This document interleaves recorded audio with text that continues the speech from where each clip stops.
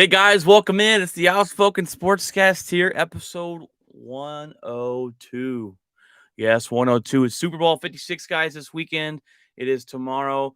Um, can't wait. Can't wait for the game. I think it's going to be a really good game. We're going to break that down in the spotlight of the week. As you can see, it's me, Ryan Solo. Jeff had some technical difficulties this morning and couldn't make it on the show, but that's all right. I'm holding down the fort here.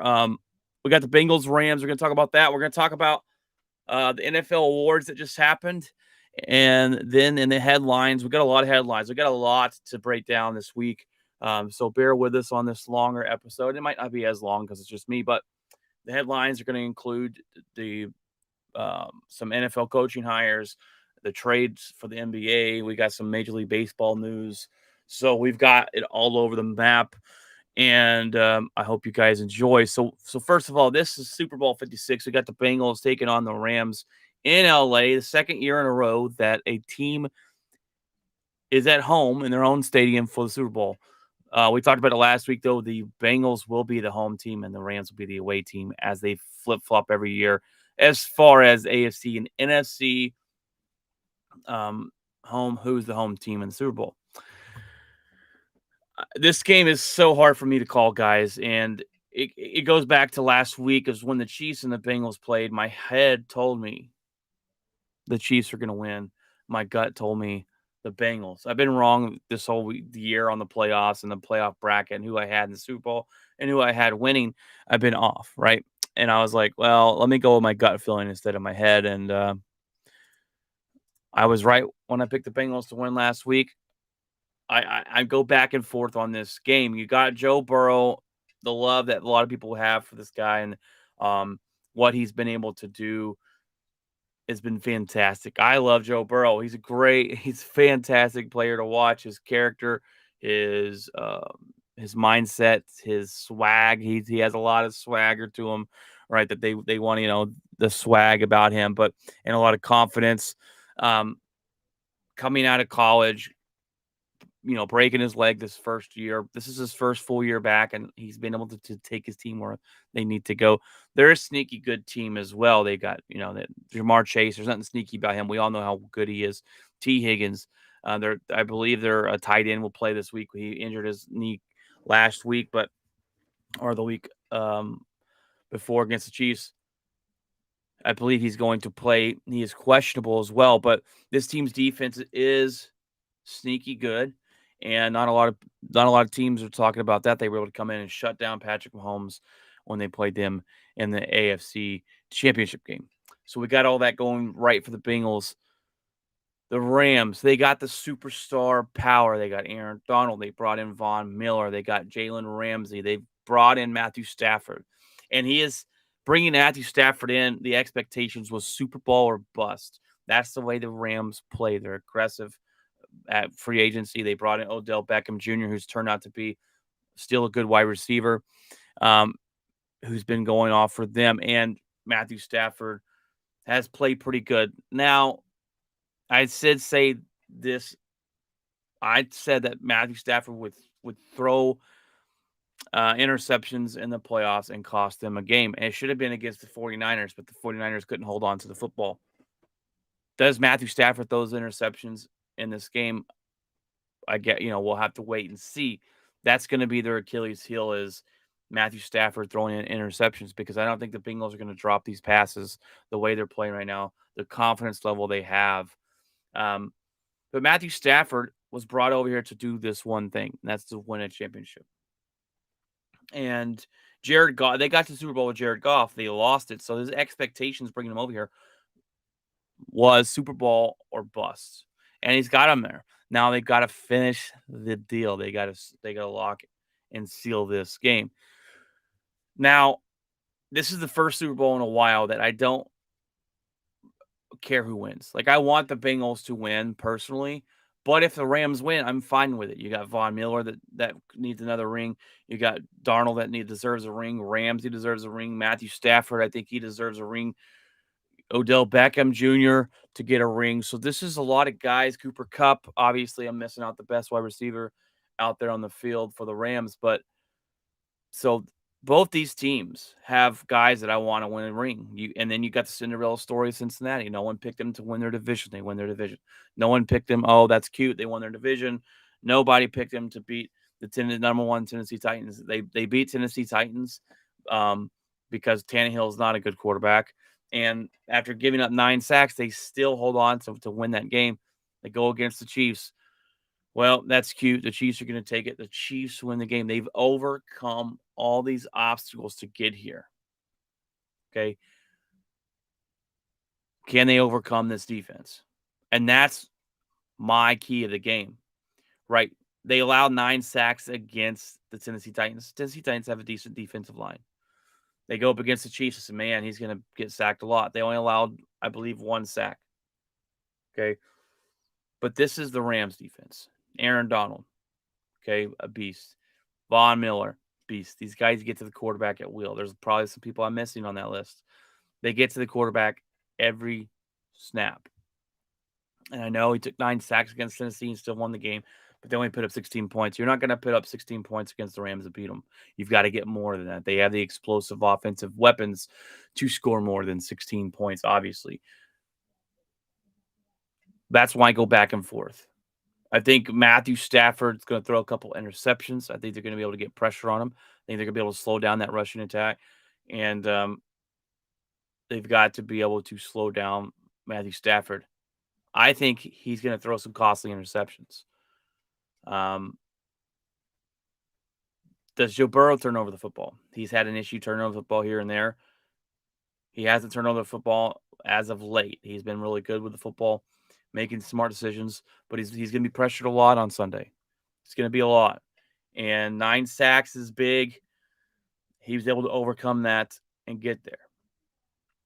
So I am torn between who wins this game. I am torn because, like I said, the Bengals have overcome so many obstacles to get here, and they could overcome this obstacle and win it all. The Rams bringing in Matthew Stafford, they got the stars on that side of the football. They haven't looked really impressive in some games, but they are able to get the job done and get to this point. This defense should be able to get Joe Burrow. They should be able to cause chaos and win this game. My head tells me Rams, but I'm going with my gut, baby. Give me the Bengals to win this game 33-31.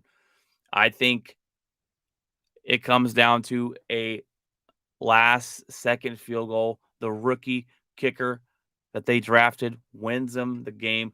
Joe Burrow has a great game. Jamar Chase goes off. Well, okay, say he goes off. It's probably gonna be him versus Ramsey. So he's gonna get some catches. I don't know if he's gonna go off. But I think the Bengals win this game. I'm going with my gut. My head says the Rams. I did this last week. My head said Chiefs. My gut said the Bengals. I picked the Bengals to win. Same thing here. My head tells me the Rams should win this game. The Bengals win this game, in my opinion. You got the Cinderella story. Joe Cool over here, ice in his veins. Okay, he's got ice in his veins. He's going to get the job done, and they're going to take this Cinderella story all the way home, and we're going to have Cincinnati Bengal mania going on in Cincinnati. So, this is a great game for that. This is a great game for the commercials, right? Everyone wants to watch the commercials, and you honestly debate on, do I want to go somewhere to watch this game? Because I'm going to be locked in on the commercials as well. Then you got the halftime show. I don't really care about the halftime shows usually. It depends on who they are. This one's going to be really good, or should be really good. You got, Snoop Dogg, Eminem, Mary J. Blige. You're bringing back some old school rappers in this. So hopefully it turns out great. I hope it does, and I think it will. So let me know what you guys are most looking forward to. Jeff has chimed in here. Yes, Jam is going for the Rams. Yes, I know. Like I said, Jeff, you're a big Bronco fan. Obviously, everyone knows this on this show. Von Miller deserves another ring. I totally get why you're going with him. I forgot to mention, Jeff, there's a guy that plays for the Bengals. Mike Daniels, he used to be a Green Bay Packer, really good Green Bay Packer, and I hope he wins one. So, but either way, I'd be happy either team wins. I'm going, I'm going with the Bengals though, there, Jeff. Um,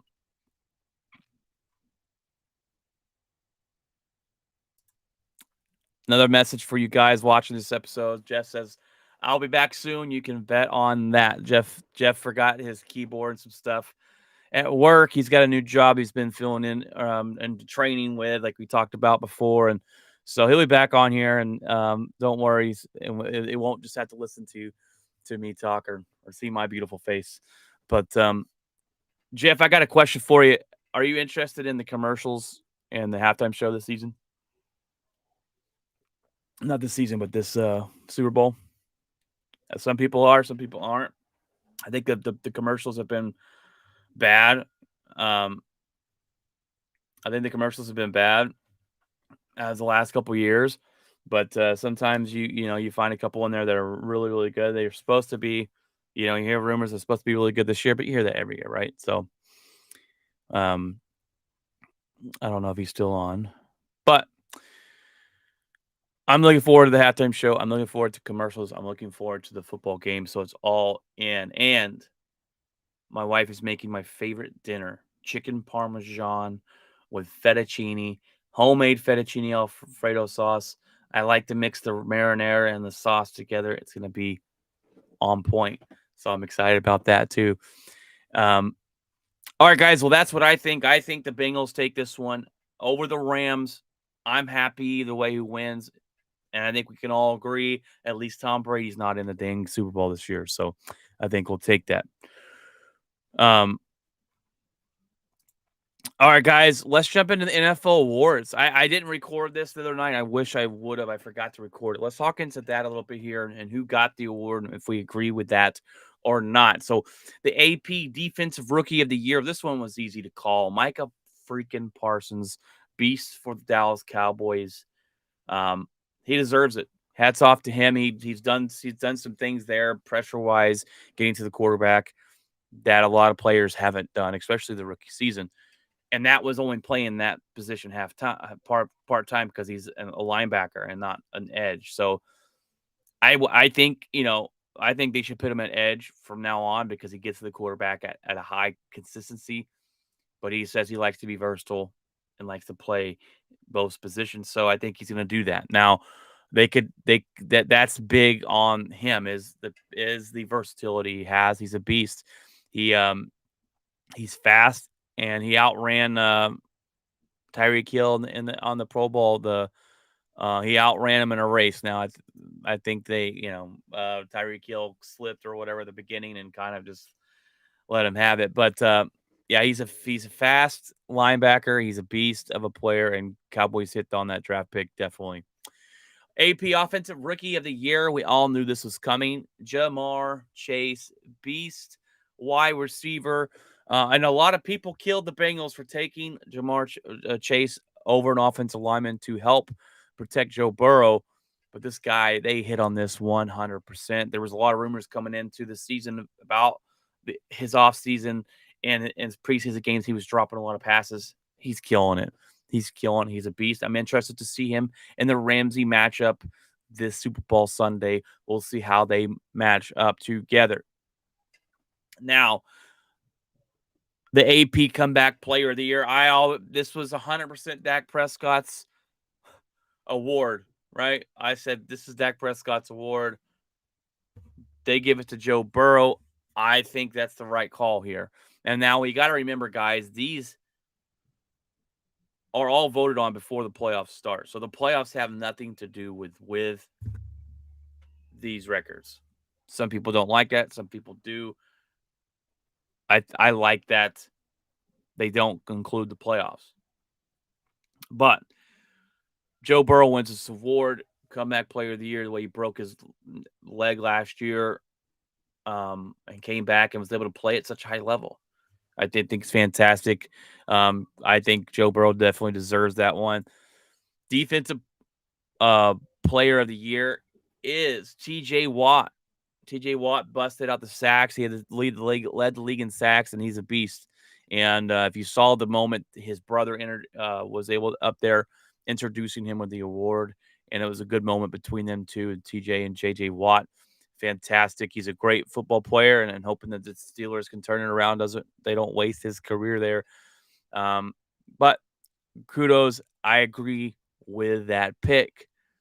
Offensive player of the year, Cooper freaking Kupp. This guy's come out of nowhere, right? I mean, he was good last season. He's been injured a little bit, but when he's on the field, he just stepped up this year and played really fantastic. He got a better quarterback in there with him, so that helps a lot too. The things he was doing. Cooper Kupp was a beast this year. He is the best wide receiver in the NFL. And if I'm don't get me wrong, or don't tell me if I'm wrong, I guess I should say the wide receiver position every season tends to change, right? On who the number one is. Used to be Julio. Now last year was Devontae Adams. This year is Cooper Kupp. Next year it'll probably be someone different. I think it changes every season. You can change that number one spot every year. And I like that change. We got some really good, fantastic wide receivers in here. Maybe it's Hopkins next year if he's healthy. But we'll see. Cooper Kupp was by far, hands down, the best wide receiver in the NFL this season. I had a lot of Packer fans argue with me that it's Devontae Adams and they're just dumb and biased. It's definitely Cooper Kupp. You cannot argue that at all. Interesting one here. Coach of the year was Mike Vrabel. Mike Vrabel definitely deserves it. Okay. Deserving of it. I thought Matt LaFleur had a shot. What he did 3 years in a row to continue the success here with the extra game. But with Aaron Rodgers, he's going to get discredited a lot, right? People are going to be, oh, well, you have one of the best all-time quarterbacks on your roster. He's MVP last year. You know, what else can it's like, what else you're supposed to win with him, right? The voting wasn't even close, and Mike Vrabel gets it, and I think it's because the fact that this team lost their best offensive weapon, their weapon, their game plan is to run the ball. Their weapon, Derrick Henry, who was a beast, and Mike Vrabel was able to win and get the number one seed without his weapon. They did lose in the playoffs, but Mike Vrabel definitely deserves Coach of the Year. They could have gone a couple different directions here, but Mike Vrabel is the one that gets that nod. MVP, baby. MVP. Now that was a two-person race. Okay, don't give me this Cooper Kupp crap. No one's winning the MVP except a quarterback. Now, Derrick Henry might have if he would have stayed healthy and did what he was averaged, what he was doing, he might have. But that would take a lot too, because running backs and wide receivers, the wide receiver group and position is the most dependent spot in the NFL. You're dependent on who your quarterback is. You're dependent on how many times you get the ball. Right? You rely so much on the quarterback to get you the ball. So, Cooper Kupp will never be the MVP, right? Running backs aren't going to win the MVP. This is basically a quarterback award. It goes to Aaron Rodgers, back-to-back MVPs. Good job, Aaron Rodgers. Four-time winner. He's a four-time winner. That's one. Peyton Manning has 5. Aaron Rodgers has 4, and then some other quarterbacks like Tom Brady and them have 3. Kudos to Aaron Rodgers. I hope he ties that eventually. Gets number 5, but we'll see. We'll see from here. I thought they could have gave it to Tom Brady because some of his numbers were better, especially yards and touchdowns. He did have more interceptions, but Aaron Rodgers gets the award, and kudos. It gives Green Bay a lot more leverage on trying to send him away somewhere if they're smart. And you can come at me all you want. I need to do a TikTok on that, on what I think and why I think the Green Bay Packers should move on. I think I did that TikTok on it's time to move on, and And I could go into more of why later on down the road. But Aaron Rodgers wins the MVP.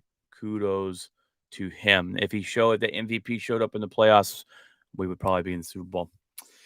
Anyways, all right, guys. Well, that's the 2 spotlight of the week. Really talking about that. Let's jump into the headlines of the week.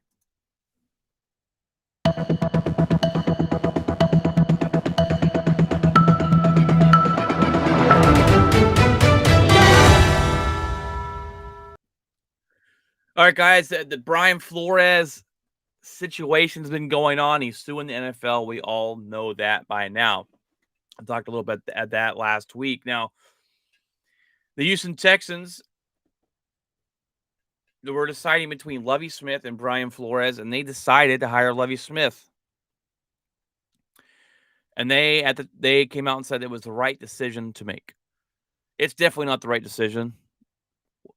Nobody in their right mind, if you're taking everything out of it, and you look at Brian Flores' career and you look at Lovie Smith's career, you're going Brian Flores if you're not an idiot. Definitely not. And the lawsuit definitely made the decision here for the Texans. And maybe they were going to go with Brian Flores, and maybe the league, Roger Goodell said, no, you can't do that. I don't know. Those is kind of shady stuff that happens in corporations and sports.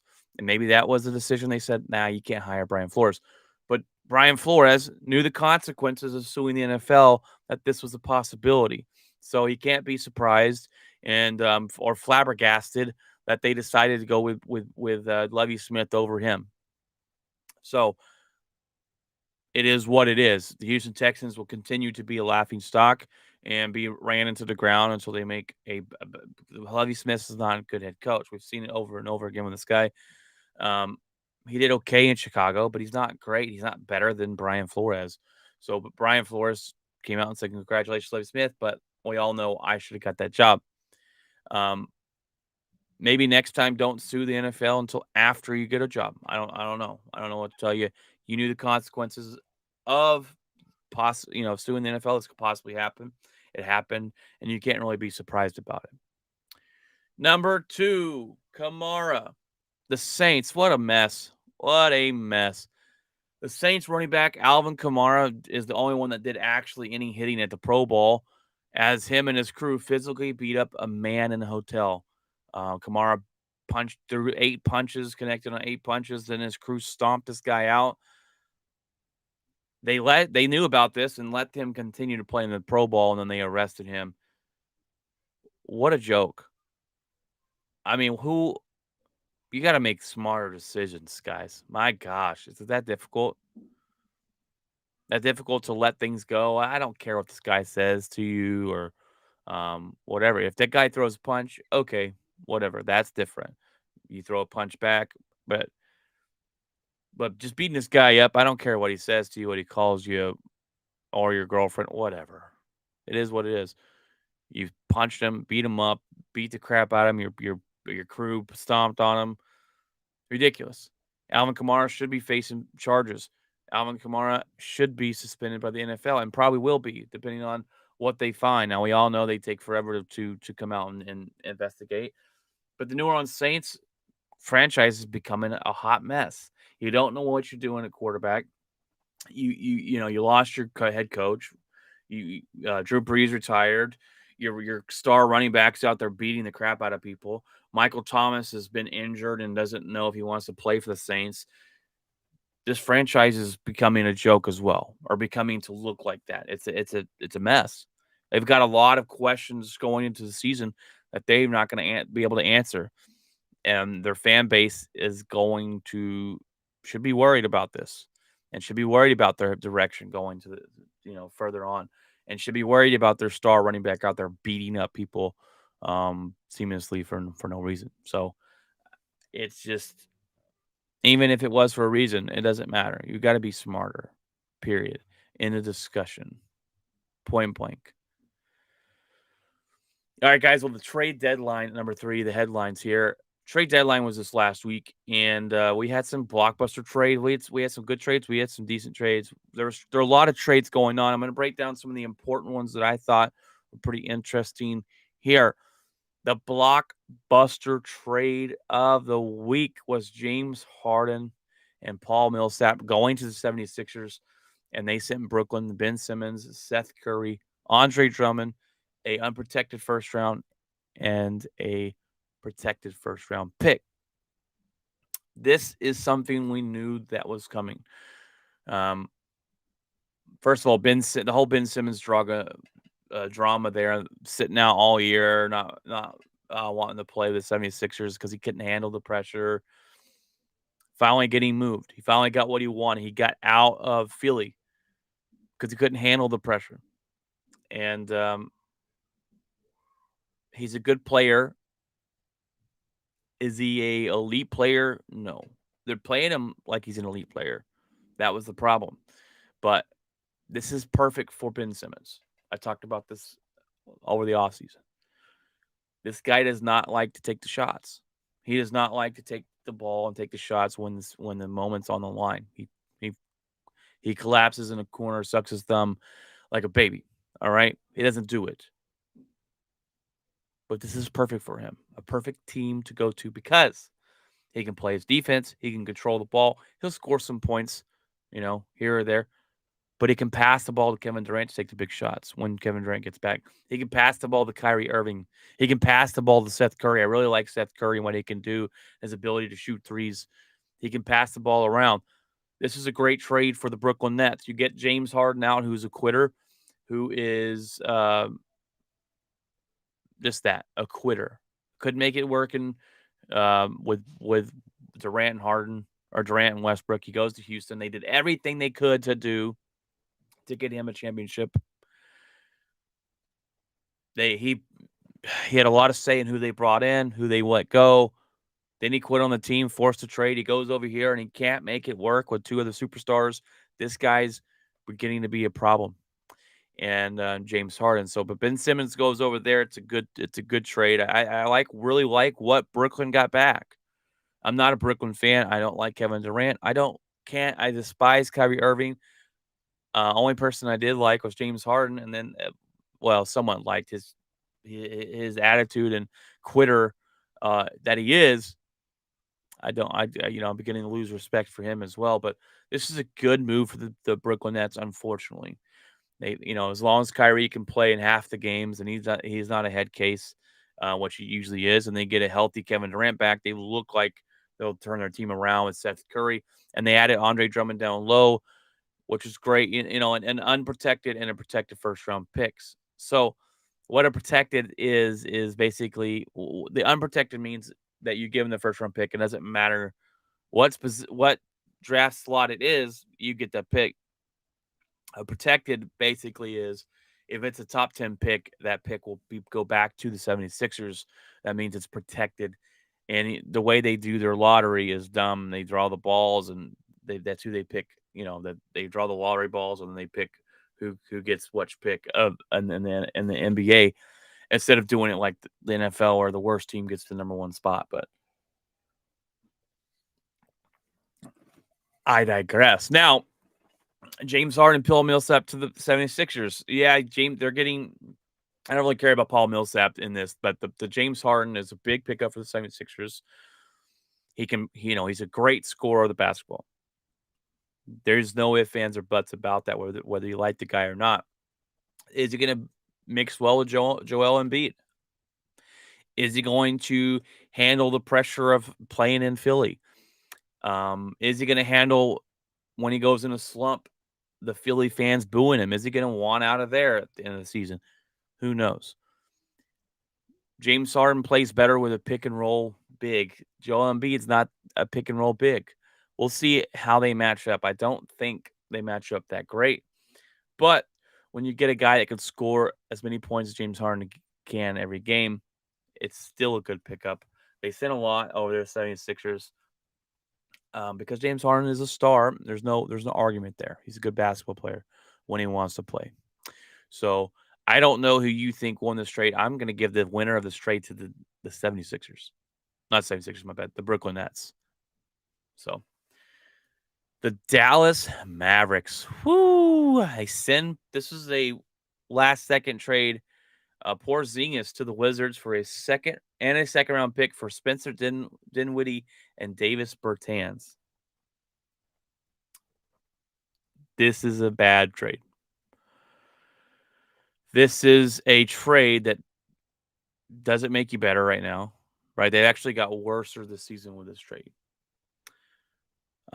They're basically they're admitting a defeat from Dallas, trading away what was supposed to be their second superstar in Porzingis.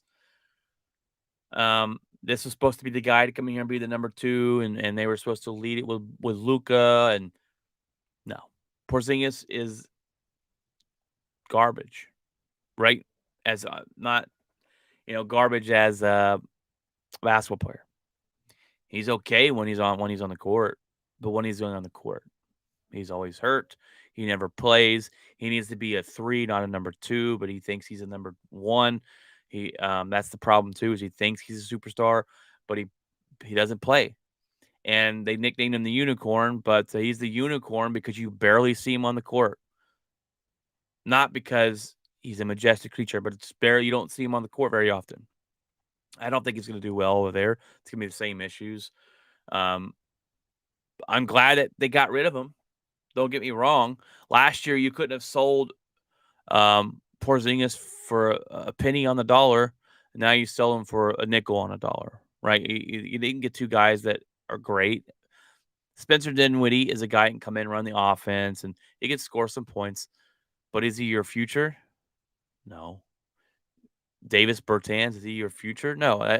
This deal was to make future moves, right? They feel like they can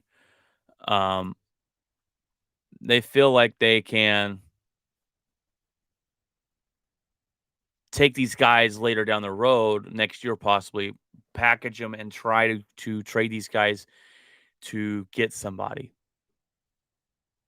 So sorry, I got a comment from Jeff. This is not a good trade. They obviously got Porzingis' trade value up a little bit, enough to trade him for something, but this is a mini failure, and I can't blame the Mavericks for trying, right? I can't blame the Mavericks for going out and get Porzingis. I thought that was huge. I was like, man, okay, that's good. Can he stay healthy? That was my first thought. It's a good pickup. Can he stay healthy? Obviously, it's not. Obviously, he can't. And they better bring somebody else in here next season for Luka, because if they don't, Luka's not staying there long term, guys. If they don't bring him some help, he's just not. He's just not. So that they really want Luka to stay there long term, like Dirk, they've got to do something. And we all know Mark Cuban is not good at getting free agents there and superstar players to come play in Dallas.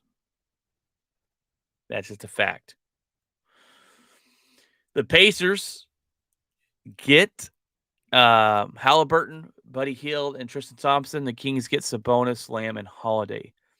I thought this was a good pickup for both teams. I thought this was a good trade. Now, Sabonis is probably the best player in the trade, in this trade overall, but Buddy Hield offers a lot of value.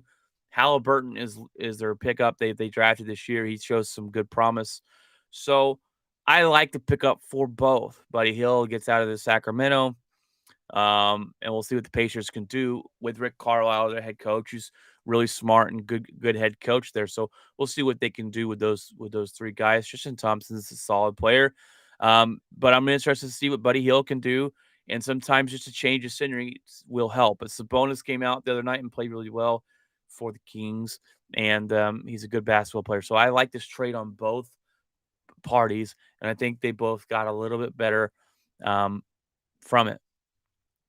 Now, the one that made me laugh a little bit, the Trailblazers. What are you doing here, guys? What are you doing? You have a lot of Blazer fans scratching your heads and just kind of, what are we doing? You know what I mean? You say you want to build a team. Um, Lakers are not Lakers. Sorry, Jess. Oh, you're texting me. Um, the trouble is, what are you doing? All right, I'll get to Jeff's comments in a second. What are you doing? You say you're building around Damian Lillard. You're not just going to trade him away. You're going to build around this guy, right? You just sent away his best teammate, CJ McCollum. So the Trailblazers get Josh Hart and nobodies. They get nobody. They get Josh Hart, decent basketball player. Not great, not a superstar, not someone that can come in there and be number 2. Pelicans get CJ McCollum, Larry Nance Jr., and Tony Snell. CJ McCollum's a really good basketball player. But you can't tell me you're gonna build around Damian Lillard, trade away his best player, and expect us to believe you. I just don't know what you're doing there. And they needed to do something, right? Because they haven't got over that hump. They're a good team. They get to the playoffs. They can't get over the hump.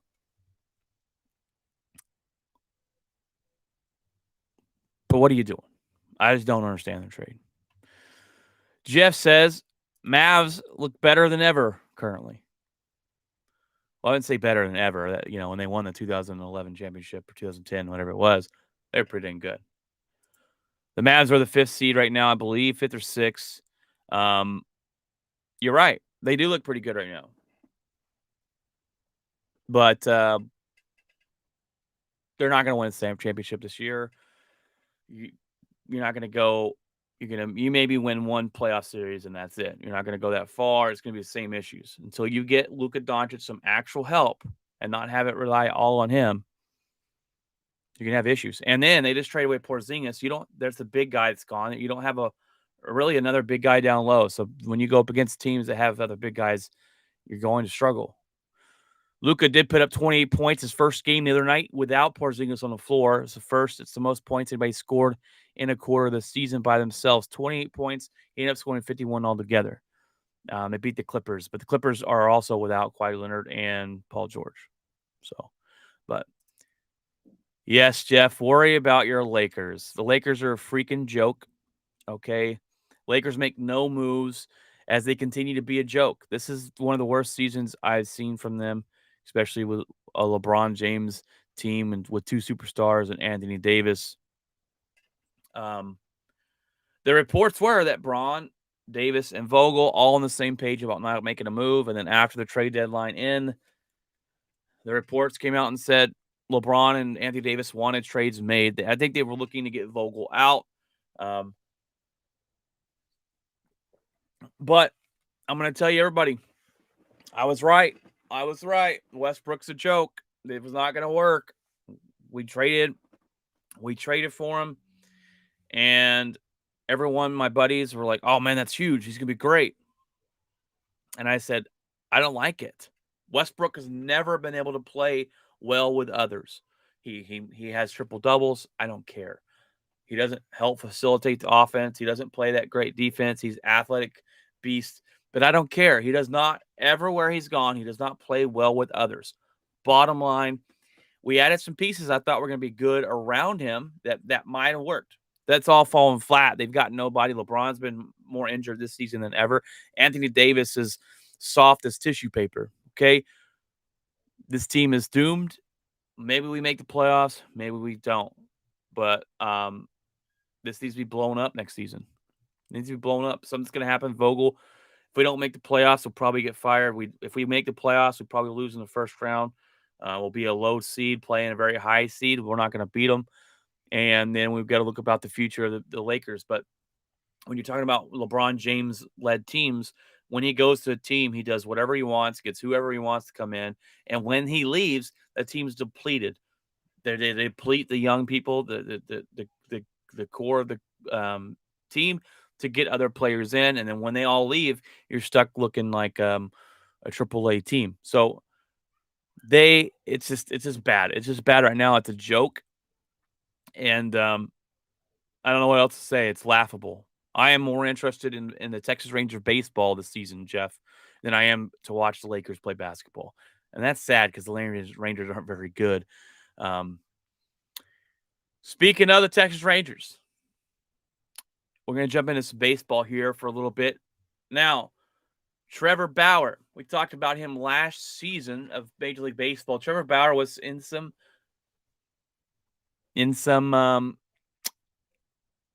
what do you want to call it? He was in some trouble. If you don't remember the story, basically he was making rough love with a lady who said that he crossed the line, punched her in the face, did all these things. And it was a horrible look for him. The Dodgers basically said, "Hey, don't show up to work. We'll pay you, but don't come back here." The courts say that Trevor Bauer is found innocent against his accuser. Now, the MLB can still punish Bauer, but they shouldn't. They shouldn't punish Bauer. Bauer was found innocent. He came out with a report the other day or a statement talking about all this, talking about how fast the storyline went, how fast these writers wanted to hold a grudge and bring him down. Um, and he missed what 3 or 4 months of baseball. I don't think that Major League Baseball should suspend him. He's already missed a lot of baseball. The question is now, did the Dodgers take him back? And does he want to play for the Dodgers? Right? He's still owed a lot of money. That's all guaranteed. Okay. Well, do the Dodgers want him? Yes. Or do the Dodgers want him? They should want him. Will they take him back? I don't think so. I think a lot of people in that locker room were very soured by what had happened. And trust me, I get it. I think he crossed the line. Did I think he was going to be found guilty? No, because the text messages proved that she consented to all of those things. And even a female judge, before this thing went to trial or before this thing moved further, said, you know, you didn't set the boundaries. And this is, I don't think you're going to be able to convict Trevor Bauer. And that's what came out after all this. So, but my question is, do the Dodgers take him back? They should, and they should want him back because he's a superstar pitcher. But does he even want to play for them? Right? They basically threw him under the bus and wanted nothing to do with him. Does he want to go back to an organization that turned their backs on him? I don't know. My guess is he probably gets traded, and I don't know if the MLB does anything to suspend him or not. But he's a great baseball player. Did he cross the line? Morally, that's on you to answer because all people's morals are different. I think he crossed the line, but that's not for me to judge, right? This the court said that he's innocent. Can't prove that he did anything wrong as far as their agreement and text messages and all the evidence backing Trevor Bauer. So it is what it is now. He's already missed a lot of baseball. Of course, he was paid for that, but does he go back to the Dodgers? Do they want him back, or does he even want to go back there? So it's the big questions still coming for Trevor Bauer and what they're going to do there. But number 5, this one's kind of interesting. MLB drug contract ended while negotiations are going on. Negotiations are going on with the CBA, right? We all know that the Major League Baseball is going through kind of a strike. They've got to agree on a contract, a CBA contract to basically continue baseball. We'll probably start the season a little later. There probably will be baseball still. I don't think it's that far off, but hopefully not. Right? Hopefully they're not that far off. I'm going to go to a couple Ranger games this year. Hopefully, if there's baseball, but basically this drug contract has ended while these talks are going on. So that means they can't test players for steroids, for any other things like that. They can't test players right now for that. So these players could go out right now and take steroids. And I think it's kind of ironic because they just kept out Barry Bonds, Roger Clemens out of the Hall of Fame for steroids. So, excuse me, how ironic is it that they are keeping those baseball players out of the Hall of Fame, which I don't agree with because of steroids. Weeks later, players are able to take steroids in baseball. Now, they could do something about that sooner than later. They need to do something about that sooner or later, and where they can just talk about that, agree on a drug protocol, and get that back in before the CBA is up, so that way, or the CBA is agreed on, so that way these players can't go take steroids and do anything like that they're not supposed to. But right now, I guess if you're a baseball player, you can take some steroids and maybe get away with it. It's kind of ironic, but they need to get this thing figured out. Major League Baseball. I want baseball to start. I want all 182 games, 86 games. What? It's 182, yeah. But I'm ready for baseball. And let's see.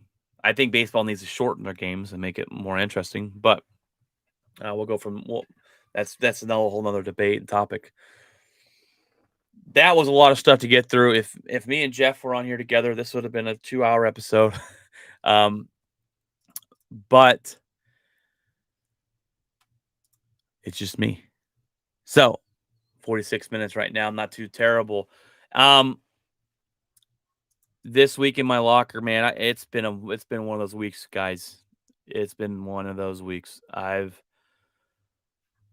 When Friday came and I clocked out from work, I was just it felt like a gorilla jumped off my back. I was relieved. This week's been a little difficult. Last week we were off because the ice storm. We missed Thursday, Friday, and Saturday from work. We don't work on Sundays. We started back on Monday, and the trash business never stops. I do commercial trash, and never stops. And when we miss work because of this, it's playing catch up. I worked 13-hour days every day this week.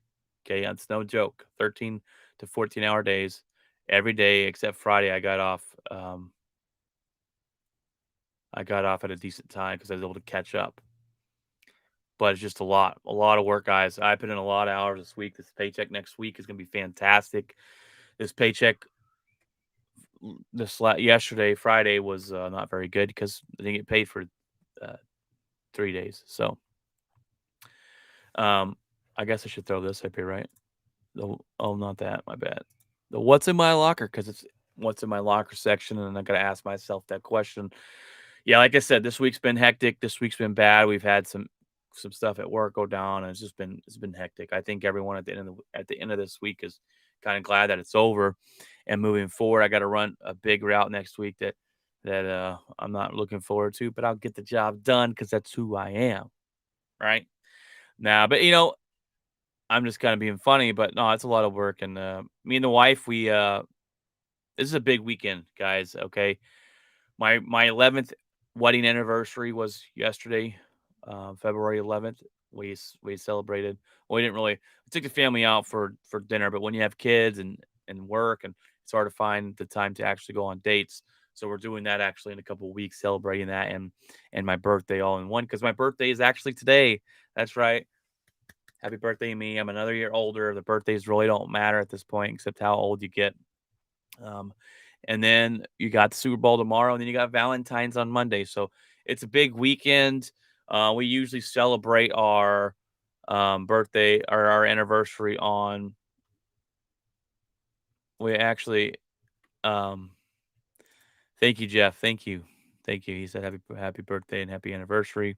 I appreciate that. It's a big weekend. They always fall. I got married the day before my birthday, and so they all kind of fall together. And we don't really celebrate Valentine's Day. I don't know about you, Jeff. I think it's a BS holiday, and I don't buy roses and flowers and chocolates for my wife on Valentine's Day.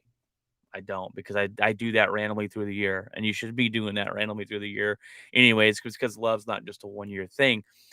But I had to buy my Valentines for the kids' classrooms, and it's just a waste of money. They just throw all that stuff. We just They just throw all that stuff in the trash can. So I think Valentine's is BS in my opinion.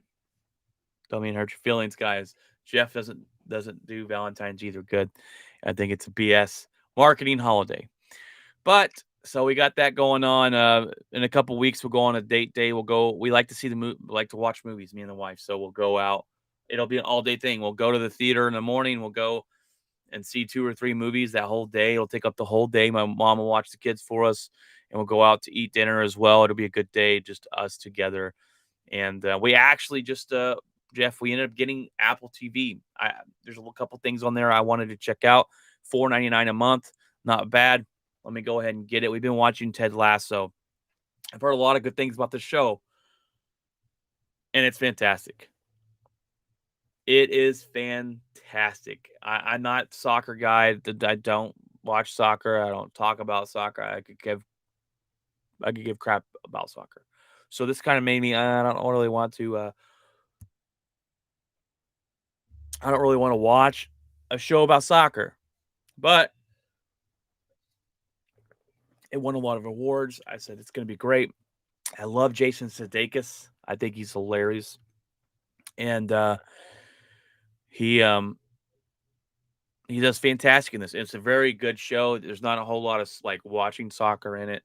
It's a really good show. I highly recommend that as well. Um, there's a lot of shows coming. Jackass Forever and Batman soon. Yes, Batman's coming soon. We're gonna go watch the new shows. We're gonna go watch when we do. Will be the Jackass movie and will be the Uncharted movie. I'm looking forward to watching that as well. I think they're gonna do a good job there. And then next month, definitely Jeff. I'm going to see Batman. Got a lot of stuff coming out. There's a new HBO documentary about the Lakers coming soon. Soon, the Showtime Lakers. So it'll be good to watch the glory days when the Lakers were really really good and see what's coming and what went beyond behind the scenes there. Also, as well, Magic Johnson, Jeff said he's making his own documentary about the Lakers because he's not going to watch this one because it's probably going to have some bad things about him in there. So he'll give you his version of the time there, the Showtime Lakers. So a lot of good stuff to watch. We actually watched a movie last night called Palmer, and it's a show with Justin Timberlake, and it's about short story. Basic short here is that Justin Timberlake is a guy that used to be in the hometown. He was a superstar quarterback. He went to LSU, got hurt, came back, robbed. He came back because his football career was over, robbed somebody, went to prison, did 12 years in prison. He gets out of jail, goes to live with his grandma, whose grandma's taking care of this kid because her mother's a drug addict who lives next door in a trailer. And her grandma dies, and so this character that Justin Timberlake plays, his name is Palmer, is basically taking care of this kid, and he wants nothing to do with him in the beginning, but then he wins him over. And this kid is different. This kid um is different. He's a boy, but he puts on makeup and he wears dresses and all this stuff. So he gets picked on a lot, and Palmer sticks up for him. It's a good movie as far as if you want a feel good movie because Palmer at the end because you see this relationship grow where basically he's just becomes his kid and Palmer does good, but it's also a very boring show. It takes a long time to get there, and I it's okay. It's okay if you want to watch it. It's not the greatest. So, um, yes, I've heard a lot about this one, Jeff. It's a documentary called The Tinder Swindler. I'm gonna check that out as well. There's a lot of stuff to watch, guys, right now. And we of course we got the Super Bowl this weekend, but there's a lot of stuff to watch. Go check all those things out. Um, and check out the Palmer movie if you want to. I put a new I put a new TikTok out on my food review. I did the food review of the Red Robin Scorpion Hot Scorpion Burger. Go check that out on TikTok as well. We do TikToks for the show at Outspoken Sportscast as well. You want to like us, share us, subscribe on YouTube. We do stream to YouTube, Facebook, and Twitter, and we are on all podcast platforms as well. So you can come look at our beautiful faces if you want to. If you can't do that, then you can go to the podcast and listen during the week. We would like any feedback you would like to give us, guys. It's usually me and Jeff on here. Jeff's schedule is not allowing him to be on here, but he will be back soon. And I'm sure I'll be out there tweeting about the Super Bowl, talking about all that this Sunday. So looking forward to it. Let me know what kind of food you're having for the Super Bowl. I know a lot of people like to go out or like to have a plethora of food on the Super Bowl. There's going to be a shortage of chicken wings, I hear, as those prices has gone up everywhere. Thanks, Joe Biden, for that. Grocery, I went grocery shopping earlier. Gets more expensive. Appreciate that, Joe. But um, anyways, enjoy your Super Bowl Sunday. And like I said, look for us on all platforms, social platforms, TikTok, YouTube, Facebook, Instagram. Jeff runs the Instagram page, and we'll get him back on here soon. And guys, if you have any questions, you can email us too at outspokensportscast@gmail.com. Let us know what you guys think. If there's something that you want us to talk about, there's a point you want us to talk about, you want our specific opinions on that said subject, please feel free to reach out to us and let us know what you think. All right, guys, that's all I got for this episode this week, episode 102, Super Bowl 56. Hope you guys have a fantastic weekend, and God bless.